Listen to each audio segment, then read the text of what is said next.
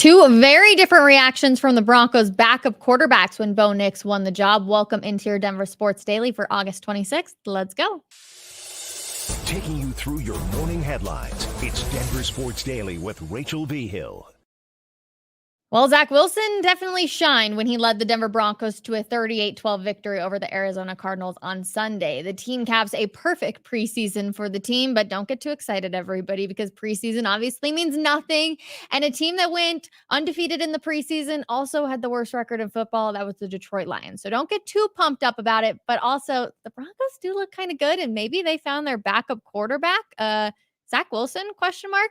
The Broncos rested most of their starters, including quarterback Bo Nix, which was no surprise, but Wilson started an 11-play, 77-yard touchdown drive with a 21-yard scramble, finishing it with a 1-yard pass to tight end Nate Atkins to hit Denver to a 14-0 lead. He looked solid out there. He looked composed. This is not the same guy that we saw with the Jets, and even later added a 1-yard rushing touchdown and a 46-yard strike to Brandon Johnson.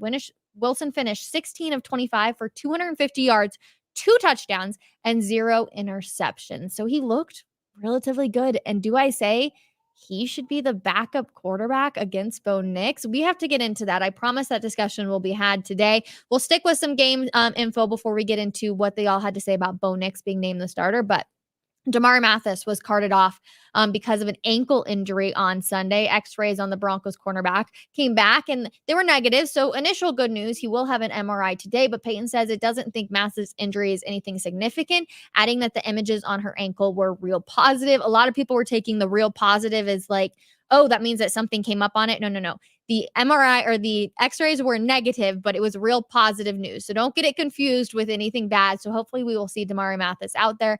It seems like Riley Moss has already won that battle and will be filling in on the opposite side of Pat Surtain. But Demaryius Thomas could be also a very solid backup. Okay, let's get on to Bo Nix winning the quarterback job, because this seems to be sparking a lot of controversy on what Stidham and Zach Wilson had to say. You're going to see 2 different clips here.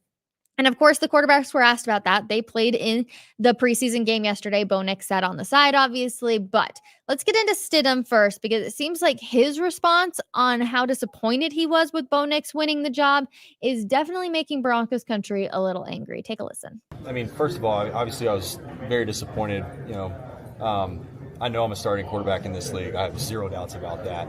And, it just didn't shake out my way.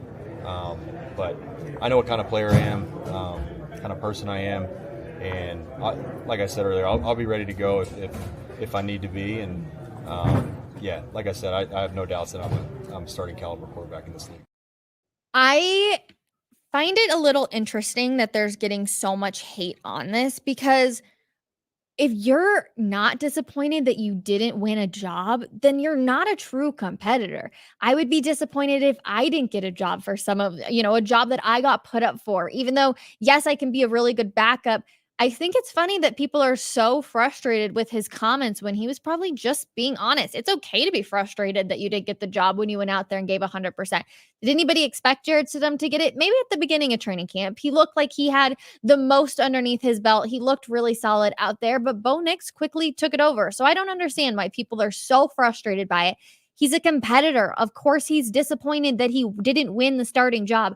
I don't know why that's not a bad thing. He says he's going to help Bo Nix as much as he can. This will be his first NFL season, but he'll also be ready in case he has to go in and maybe save the day one day if Bo Nix does go down. But Zach Wilson, on the other hand, seemed like he knew exactly that Bo Nix, yes, would be your starting quarterback. Take a listen. Yeah, I was excited for him. I mean, I don't think it was a surprise too much, obviously, right? I think he's had a great camp. I told him I'm excited for him for this opportunity. I really believe that they're putting him in a good situation. I think Sean has done a phenomenal job, and then the guys that we get to hang out with, starting with Davis and then Joe and Pete and then Johnny Moe, we have a great offensive staff. I think they do a great job. And then Bo has just continued to keep getting better, so I'm excited to see what he can do, and I think he's ready for it. Zach Wilson pretty much sounded like a guy who had a great day. He was happy with his performance. Go out there just living on this high and talking about Bo Nix. It really didn't come as a surprise that Bo Nix won the starting job. Let's be all real. We were just waiting for Sean Payton to announce it. But I'm not going to be surprised if Zach Wilson is the backup guy. And with Jarrett Stidham comments one more time, I feel like everybody was dogging on him when he was having fun at the podium. And I've said this before, and I will say it again. I'm glad we let him have his 5 minutes of fame because he was able to take that. That's not something that he's going to get, probably any time in his career. And I see the people who are commenting right now, and I promise we'll get to your comments at the end of the show. But they're like, if he thinks he's a starter in the league, then leave and go be a starter somewhere else. If you don't think that you're a starter in the league, then what are you doing in the league? Everybody wants winners. Everybody wants there to be somebody who can go out there and be competitive. And so he's disappointed by that. So I'm curious. Let me know your comments. We'll get to all of them at the end, like I said. But I just feel like it's kind of a bad look that everybody's getting so upset about this when, in fact, it's a good thing that he wanted to win the job. But unfortunately, he didn't. And I guess for Broncos country, it's good news that Bo Nix looked so good.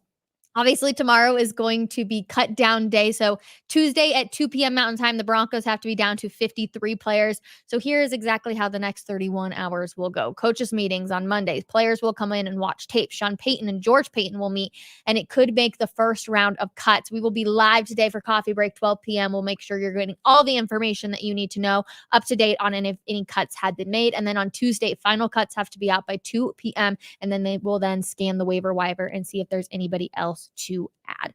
We'll switch over to the NBA real quick because Aaron Gordon is switching from number 50 to number 32 for the Nuggets to honor his late brother and former pro player Drew Gordon, who passed away earlier in May. Drew used to wear the number 32, so really cool for Aaron Gordon to switch from number 50 to number 32.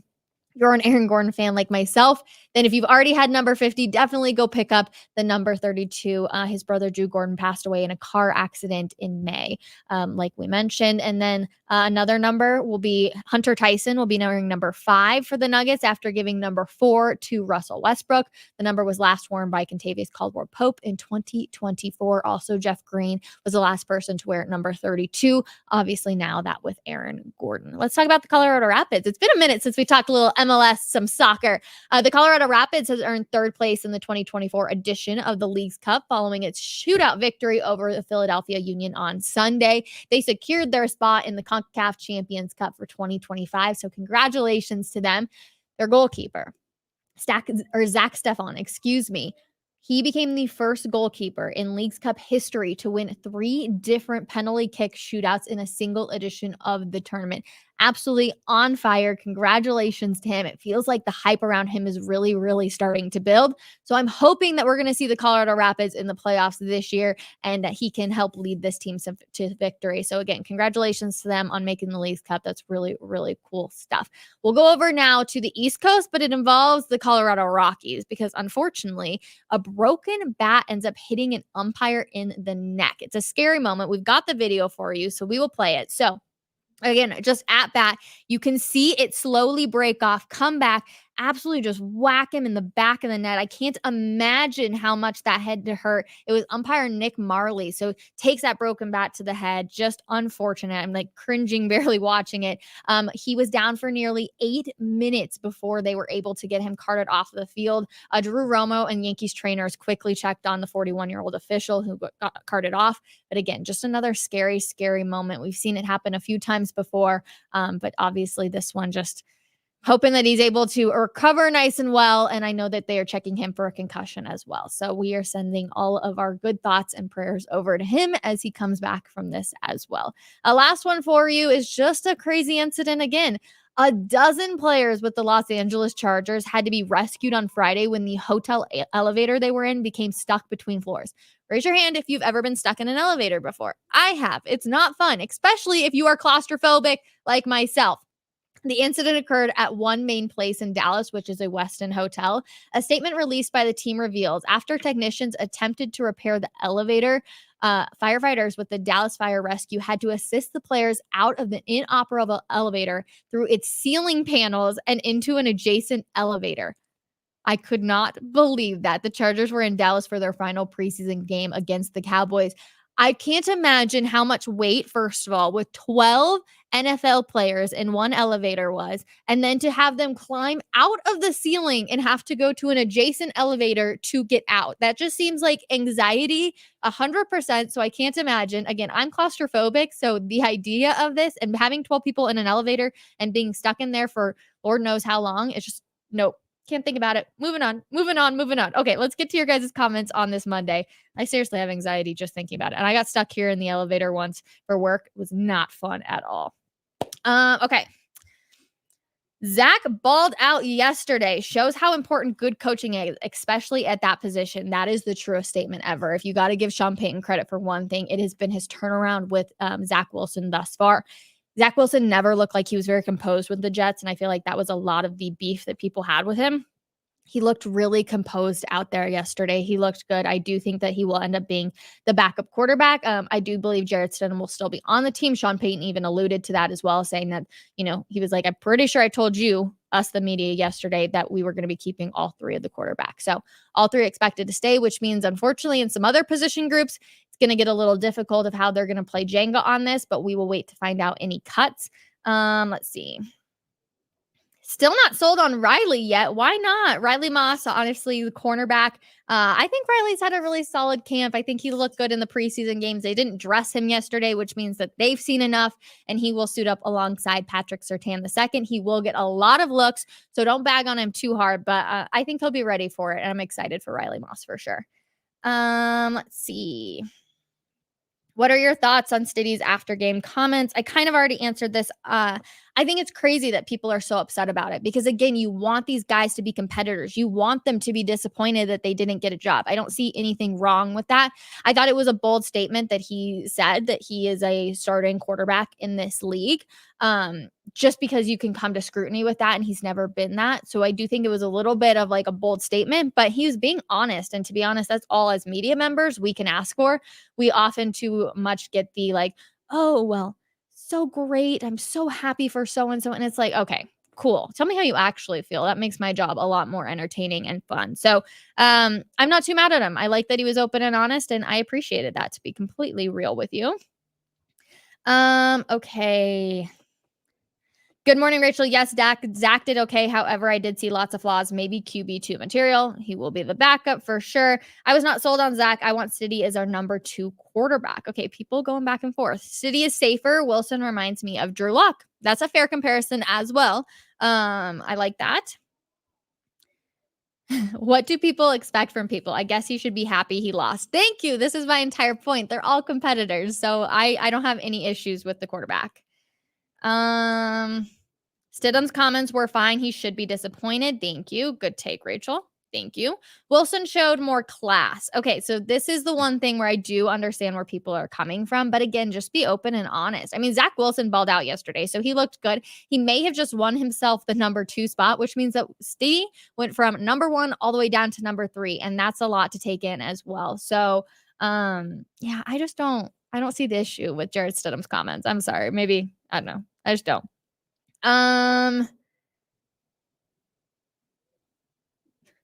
Okay. I like this comment. Be quiet, Rachel. It's, first of all, Rachel. It's how Stidham feels. There's nothing to it. My point exactly. I feel like that's what I've been preaching here for the last couple of minutes. Zach had the biggest smile on his face yesterday, happy for the kid after getting kicked to the curb in New York. I do feel bad for Zach Wilson. I think that he went through a lot with the Jets that we probably don't get to see behind the scenes. I mean, imagine you're out there, you're trying to ball, they bring in Aaron Rodgers, and you're like, okay, I'll learn from one of the greatest. He gets hurt and goes down, and then you're like, oh crap, I have to go out there and be ready to go. Things don't obviously go as well. People are like, oh, if Aaron Rodgers was here, we'd be so much better. Like, that's a lot to take in mentally for anybody. So yeah, I would say that is my thoughts on that whole shindig. But I'm excited to see what they're going to do with all the cuts. Like I said, we're going to be live for coffee break. Come hang out with us. We're going to be breaking it down. If any cuts get announced here in the next couple of hours, we'll have all of that. I'm excited about it. Otherwise, we'll get some more into Stidham's comments because people are pretty pissed about it. I can see that. True. I'm trying. Oh, real quick. Can we talk about the Deion Sanders stuff? How do you guys feel that he will no longer talk to a certain reporter? I feel like this is crazy information coming out. Yeah, I don't know. I just find like that whole deal on Friday, if you missed it, Sean Keeler with the Denver Post, Deion Sanders came out and said that he will no longer take questions from him in any of the press conferences. it's a little interesting. And I find it interesting that CU even put that in his contract, saying that he does not have to take questions from everybody. They're not telling Sean Keeler that he can't go to the press conferences, just that he will not get the opportunity to ask any questions. So I'm curious your guys' thoughts. Let me know for sure. Prime is weird. That's the first comment I see. Prime is weird. So yeah. Okay. That's going to do it though for me. Crazy information on Friday. I'm excited to see cut downs. We'll be back 12 p.m. Come hang out with us and then right back here tomorrow morning for another episode of Denver Sports Daily. Have a wonderful Monday, everybody. We'll see you then. Bye.